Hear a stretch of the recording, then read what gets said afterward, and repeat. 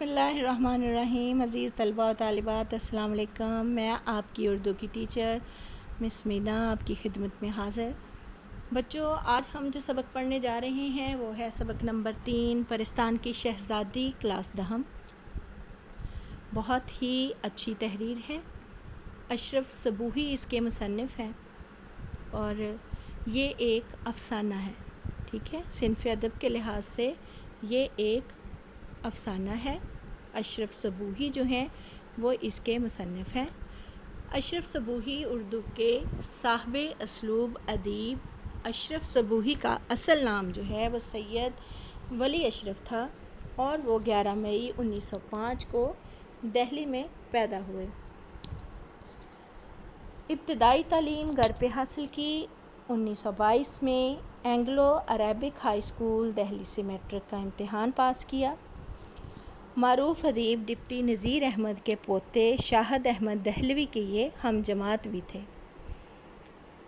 قیام پاکستان کے بعد یہ لاہور آ گئے۔ 1965 میں ملازمت سے سبکدوش ہو گئے۔ اشرف صبوحی صاحب طرز ادیب تھے۔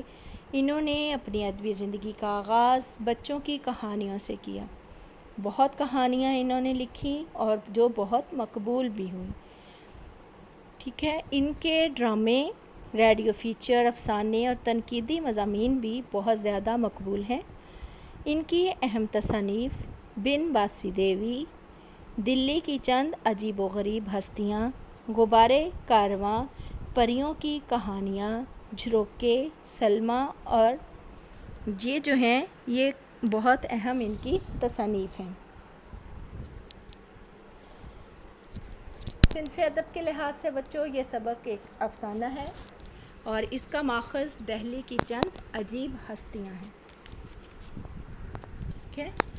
پرستان کی شہزادی ہے ہمارے آج کے سبق کا نام۔ تو چلتے ہیں ہم اپنے سبق کی طرف۔ سیدانی بی کا ایک وقت میں بڑا چرچا تھا۔ کلے کی بڑی بڑی مغلانیاں ان کے ہنر کی معترف تھیں۔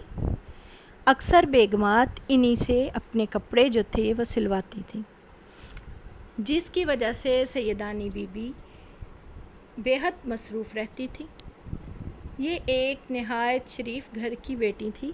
مرہٹہ گردی میں ان کا خاندان تباہ ہو گیا اور یہ بیوہ ہو گئیں۔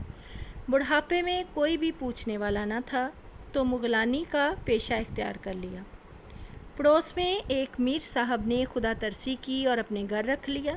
چند ہی روز میں سیدانی بی ان کے خاندان سے گھل مل گئیں۔ سیدانی بی جو تھیں وہ ان لوگوں کے بچوں کو قرآن پڑھاتی، کھانا پکانے اور سلائی کڑھائی کی ترکیبیں سکھاتی۔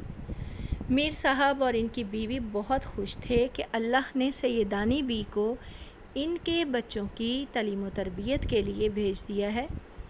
سیدانی بی کے بارے میں یہ بات مشہور تھی کہ وہ پرستان کی سیر کر کے آئی ہیں۔ چنانچہ سردیوں کی ایک رات میر صاحب کی بیوی نے اصرار کیا کہ اپنے پرستان کے سفر کی داستان سنائیے۔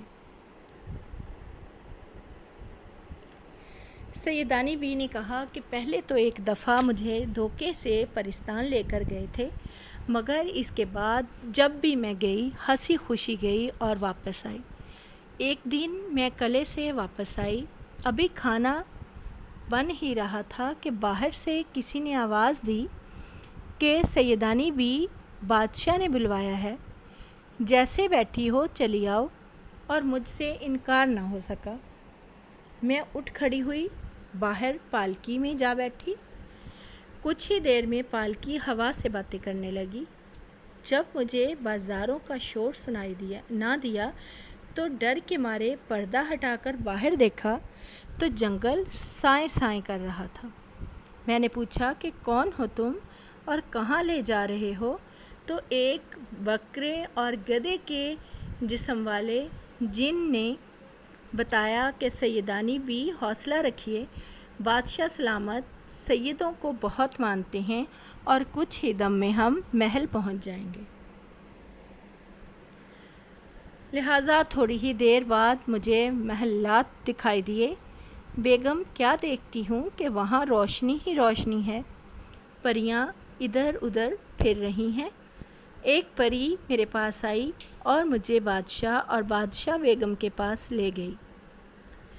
دونوں یاقوت کے ایک تخت پر بیٹھے تھے۔ ان کے پہلو میں ایک 14-15 برس کی لڑکی بیٹھی ہوئی تھی۔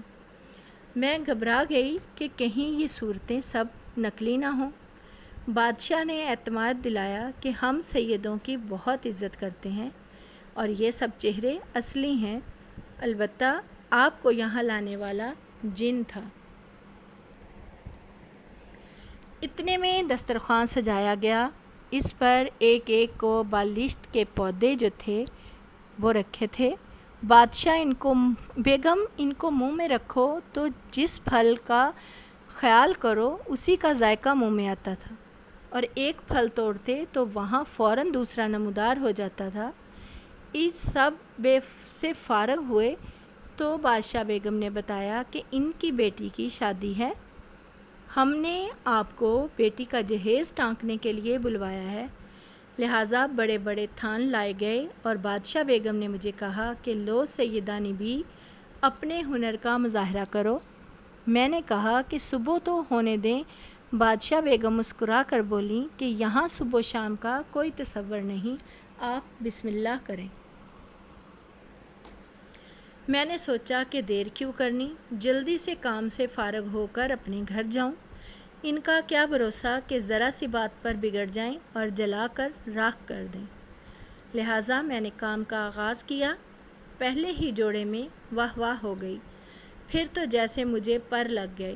میرے ارد گرد بہت سی پریاں ناچ گانے میں مصروف تھیں، مگر میں کام میں لگی رہی تاکہ جلد سے جلد اپنے گھر واپس جا سکوں۔ جب کام مکمل ہو گیا تو شہزادی نے بہت اصرار کیا کہ میں وہیں رہ جاؤں، اور بادشاہ بیگم بھی بولی کہ شادی میں شرکت کر کے جائیے گا، مگر میں نہ مانی اور واپس آنے لگی۔ بادشاہ نے بہت انعام و اکرام سے نوازا اور میں پالکی میں سوار ہو گئی۔ بادشاہ کے دیے ہوئے انعامات دیکھے تو وہ سب پتھر تھے۔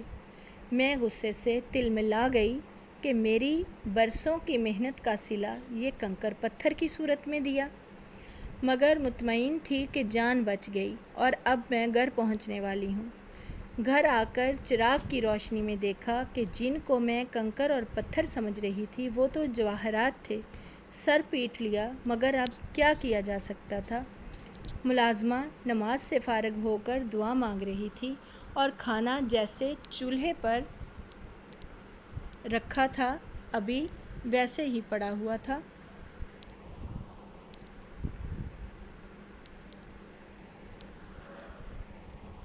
یعنی ابھی جو تھا کھانا۔ ملازمہ کہنے لگیں کہ کیا ہوا، ابھی گئی نہیں؟ میں نے تھکے ہارے لہجے میں جواب دیا کہ نہیں، میں راستے سے واپس آ گئی، اب کل جاؤں گی۔ یعنی ان کے کہنے کا مقصد تھا کہ ٹائم اتنی جلدی سے گزرا کہ جیسے وہ گئی تھیں ویسے ہی چند لمحوں میں واپس آ گئیں، لیکن انہوں نے پرستان کی خوب سیر بھی کی، وہاں کے مزیدار کھانے بھی کھائے اور ان کو انعام و اکرام میں ہیرے جواہرات بھی دیے گئے۔ تو بچوں، یہ تھا ہمارا آج کا سبق، پرستان کی شہزادی اور اس کا خلاصہ جو آج ہم نے پڑھا ہے۔ امید کرتی ہوں کہ آپ لوگوں کو سبق کی اچھے سے سمجھ آ گئی ہوگی۔ سبق کے مصنف اشرف صبوحی ہیں اور یہ ایک افسانہ ہے، ان کی بہت ہی اچھی اور شاندار تحریر ہے جو کہ انہوں نے دہم کے جو ہے وہ درسی کتاب میں شامل کی ہے۔ بچوں، آپ نے اس کو بہت اچھے سے جو ہے وہ یاد کر لینا ہے، اور اس کا خلاصہ جو ہے وہ آپ لوگوں نے اپنے رجسٹر پر لکھنا بھی ہے۔ انشاءاللہ کل کو آپ کی خدمت میں ہم پھر حاضر ہوں گے، اس کے مشقی سوالات جو ہیں وہ حل کریں گے۔ تب تک کے لیے اپنا بہت سا خیال رکھیے گا۔ اللہ حافظ۔